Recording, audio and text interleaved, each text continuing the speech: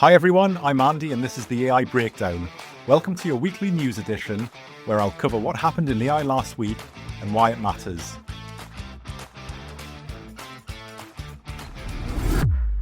So that Anthropic compute story from a couple of weeks ago has now become something much bigger. On the 24th of April, Anthropic confirmed reports that Google plans to invest up to $40 billion in the company. $10 billion goes in now at a $350 billion valuation, and another $30 billion is tied to performance milestones.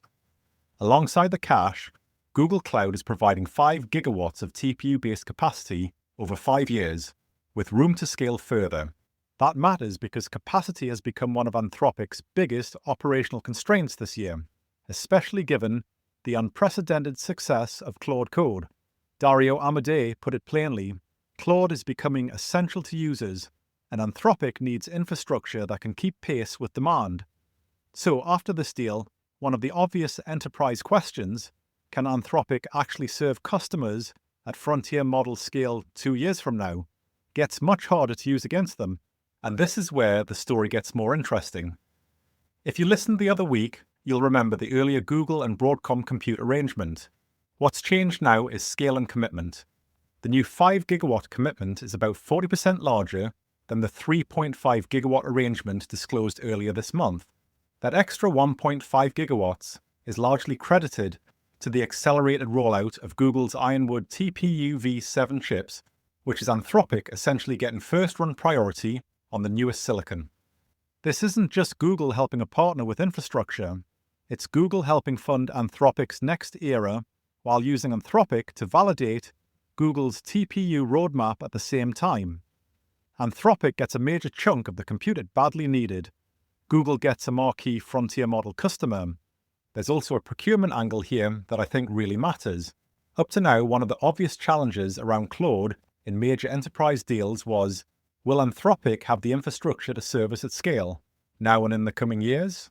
After this week, that line gets much harder to use, and because Anthropic is still multi-cloud, running across AWS, Google Cloud, Microsoft Azure, Trainium, TPUs, and NVIDIA GPUs, it also softens the fear that Claude is trapped inside one hyperscaler relationship.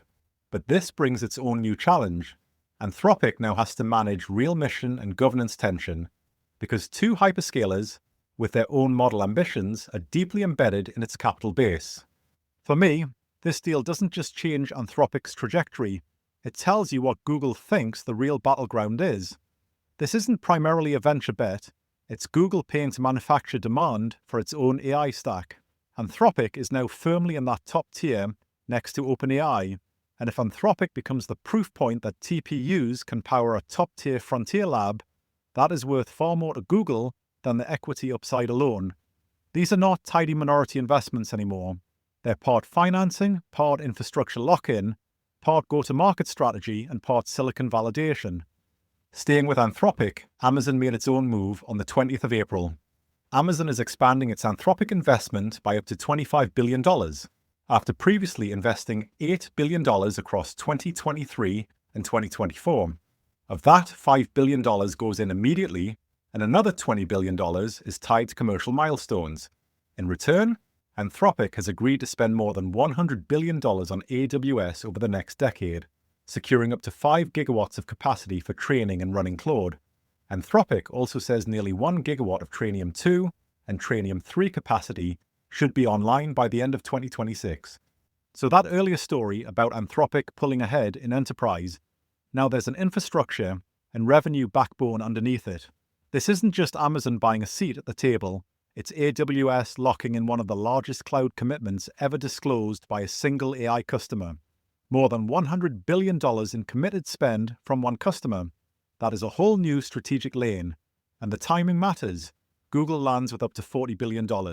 Amazon lands with up to $25 billion. Anthropic says AWS remains its primary cloud and training partner. So in the same week, the two announcements put up to $65 billion of potential investment and as much as 10 gigawatts of future compute capacity around Anthropic. You end up with this slightly odd but very telling setup. Two hyperscalers are both feeding the same frontier lab because neither can afford not to. This episode is sponsored by Notify Technology, a health and safety software partner, helping teams run incident management, audits and inspections, and risk assessments in one place. And with Notify Spark, the AI companion, they're streamlining incident reporting and investigations, saving time, reducing admin load, and helping teams act faster on what matters. Learn more at notifytechnology.com. OpenAI also had a busy week. On the 23rd of April, it released GPT 5.5, codenamed Spud, with GPT 5.5 Pro going to ChatGPT Pro, Business and Enterprise tiers, and API access following the next day. If you caught last week's GPT 5.4 cyber story, this is the next step on very much the same pattern.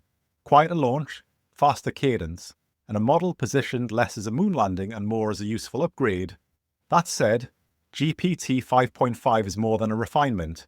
It is the first fully retrained base model since GPT 4.5, while the 5.0 through 5.4 series were post-training iterations on an existing foundation. Spud rebuilt that foundation from scratch to prioritize reliability. The result is a 60% reduction in hallucinations compared to GPT 5.4, a metric OpenAI claims is the safety floor required for autonomous agentic work. This reliability is backed by a massive leap in frontier math performance, where the Pro model successfully solved PhD-level Tier 4 mathematics problems at a 39.6% success rate, nearly quadrupling the results of models from just a year ago. The core philosophy of GPT 5.5 is completion over conversation, and that massive improvement in reliability, the reduction in hallucinations, has made this possible. This is why they feel comfortable letting it run agentically, unsupervised for longer periods. OpenAI is therefore pitching it as its strongest agentic model so far, aimed at code authoring, debugging, computer use tasks, research, documents, spreadsheets, and moving across tools until a job is actually finished. TechCrunch framed it as part of OpenAI's push toward a super app model, and that feels about right. This isn't just a better chatbot, it's the model layer under ChatGPT, Codex, browser actions, and those new workspace agents.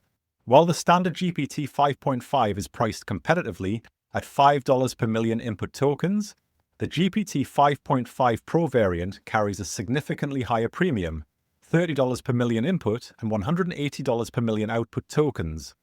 OpenAI justifies this Pro tax by pointing to its dominance in BrowseComp, where it scored a record 90.1% in navigating complex web interfaces.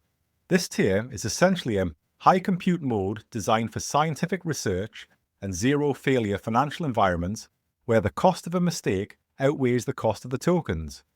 The timing of the release appears to be a direct countermaneuver to Anthropic's Project Glasswing and the launch of Claude Opus 4.7. OpenAI apparently moved the 5.5 launch up by nearly 2 weeks to reclaim the lead on the OS World benchmark, specifically targeting Anthropic's gains in computer use. By shipping a model that matches the latency of GPT 5.4 while requiring 40% fewer output tokens to finish the same coding tasks, OpenAI is betting that efficiency and agentic sovereignty will keep enterprise users from defecting to the Claude ecosystem. And then there's the labor story. Across the 23rd and 24th of April, Meta and Microsoft cut a combined 17,000 jobs in about 24 hours. Meta is laying off around 8,000 people, about 10% of its workforce, while also leaving another 6,000 roles unfilled. Microsoft announced voluntary buyouts to roughly 7% of its US workforce, around 8,750 employees, the first such program in the company's 51-year history. The language was slightly polished, but the substance was clear. AI efficiency and AI investment are now directly bound up with headcount decisions. The voluntary nature of Microsoft's program hides a more surgical reality. Targeted at employees below the VP level who meet the rule of 70, age plus years of service, the package effectively clears out a generation of middle management to make way for autonomous squads. It's the ultimate trade, trading human institutional knowledge for the silicon-based processing power required to run the very models those employees helped build. For those remaining, the environment is shifting from collaborative to observational. Reports have recently surfaced of Meta deploying background software to record employee mouse movements and keystrokes. not for productivity monitoring, but to serve as synthetic fodder to train the next generation of internal coding and management agents. We'd already seen pieces of this elsewhere. Snap cut 1,000 jobs and cited the fact that 65% of its code was AI generated. Oracle, Block, and others had all moved earlier in the year. But this week feels different because of who did it and how explicitly the money is being redirected. Meta is lifting 2026 capex guidance to as much as $135 billion to fund AI infrastructure and its superintelligence push, up from about $72 billion in 2025. Microsoft is trying to simplify operations while spending about $145 billion in FY26 capex. There is a counter-argument here to not lose sight of. Some of these cuts are probably also the long tail of overhiring from the cheap money years. As I've said in previous episodes, AI is becoming a tidy explanation for cuts that were already coming, but a key difference here is, in 2023, layoffs were about survival and margins. In 2026, they are about reallocation. The money isn't leaving the building, it's just being spent on NVIDIA H300s, or their equivalent, instead of people. So, let's talk about the massive shift we just saw at Google Cloud next. If you've been following the AI space, you know the model wars have been exhausting. But on April 22nd, Sundar Pichai basically called time of death on that era. He signaled a total reset by moving away from the Vertex AI branding and launching what they're calling the Gemini Enterprise Agent Platform. Now, this isn't just a corporate facelift or some marketing jargon. It's a massive admission from Google that the center of gravity has shifted from model-centric messaging to delivering your autonomous workforce.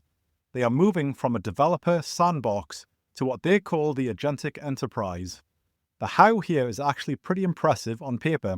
They have rolled out Agent Studio, which is a no-code designer.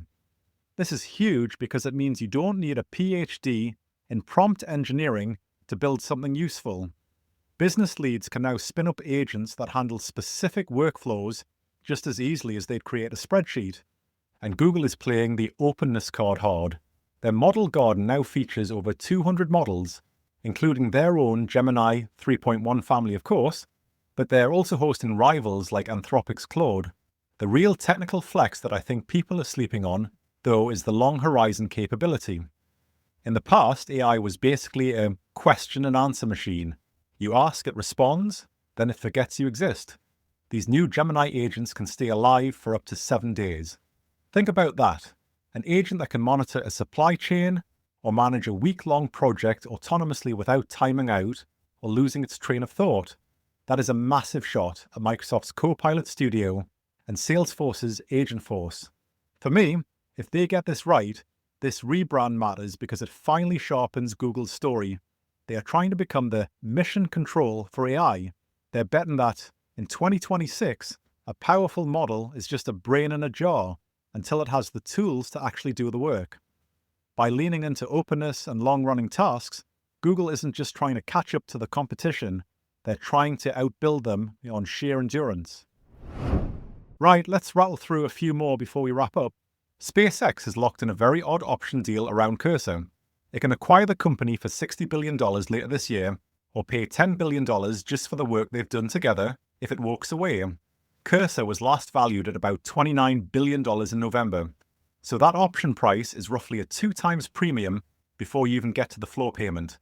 That's an extraordinary amount of money to keep a door open, and it tells you AI coding tools are now strategic assets. Merck and Google Cloud signed a deal worth up to $1 billion to roll out Gemini Enterprise across R&D, manufacturing, commercial, and corporate functions. Merck and Google also said the partnership is set up as a decade-plus commitment, with Google Cloud engineers embedding alongside teams across Merck's 75,000-person global operation. Pharma has been pretty cautious on AI at scale for obvious reasons, so a move like that from Merck feels like one of those lighthouse deals the rest of the industry has to notice. Adobe has rebranded Experience Cloud as CX Enterprise and launched CX Enterprise Coworker, an agentic layer for customer experience work. The notable bit is that it's model agnostic and uses MCP plumbing, which is Adobe's way of saying it doesn't need to win the model race, if it can sit in the orchestration layer. And finally, China has blocked Meta's acquisition of Manus, a Singapore-headquartered startup with deep Chinese roots. It's the first major case of China formally stopping a Western buyer from acquiring a Chinese-rooted AI asset, which is a useful reminder that AI deal-making now runs straight into geopolitics. That's all for this week's AI Roundup. If you found value in this breakdown, please leave a rating and hit subscribe. See you next week.